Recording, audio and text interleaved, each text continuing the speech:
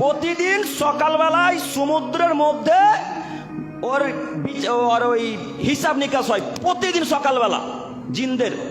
উনি তো লিডার, সারা পৃথিবীর জিনকে ডাকে, একত্রিত করে।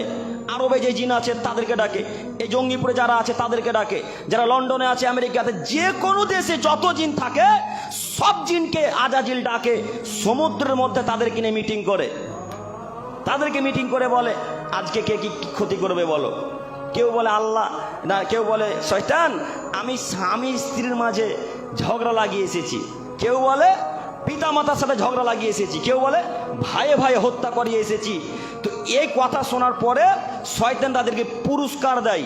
তো সব থেকে বড় পুরস্কার তাকে দেওয়া হয় যে স্বামী স্ত্রীর মাঝে ঝগড়া লাগাতে পারে, তাকে তখন মেডেল দেওয়া হয়। কথা বুঝেননি? স্বামী স্ত্রীর মাঝে ঝগড়া লাগাতে পারলেই শয়তান বেশি খুশি হয়। কেন? স্বামী স্ত্রীর ভালোবাসা অতীব গভীর ভালোবাসা। শয়তান বলে এদেরকে যদি বিভ্রান্ত করা যায়, যদি আলাদা করে দেওয়া হয়, তাহলেই আমি সফল। কাজেই এত বিপদ আসবে এ কথাই ঠিক। তো শয়তান প্রতিদিন তাদেরকে নিয়ে হিসাব নিকাশ করে বলে এই ক্ষতি করবে, এই ক্ষতি করবে। তখন সেই অনুযায়ী তারা কাজ করতে বেরিয়ে যায়।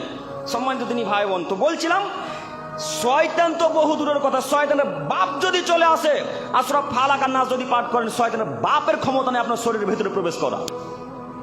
শরীরের ভেতরে জিন প্রবেশ করতে পারে, জানা নেই? সবাই জানে। মহিলাদেরকে বেশি ধরে কেন বলেন তো? সব সময় যে অপবিত্র, সব সময় যে নোংরাতে থাকে ওরা।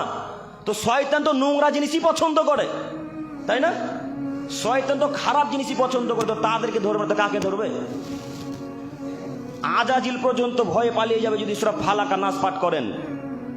রাস্তাতে যেতে যেতে মানুষ যখন পিছনে হাঁটবে মনে করছেন যে মানুষ আসছে, কিন্তু মানুষ নয়, আসলে জিন। তখন সূরা ফালাক আর নাস পাঠ করেন, আল্লাহ তাআলা বিপদ থেকে রক্ষা করবেন ইনশাআল্লাহ।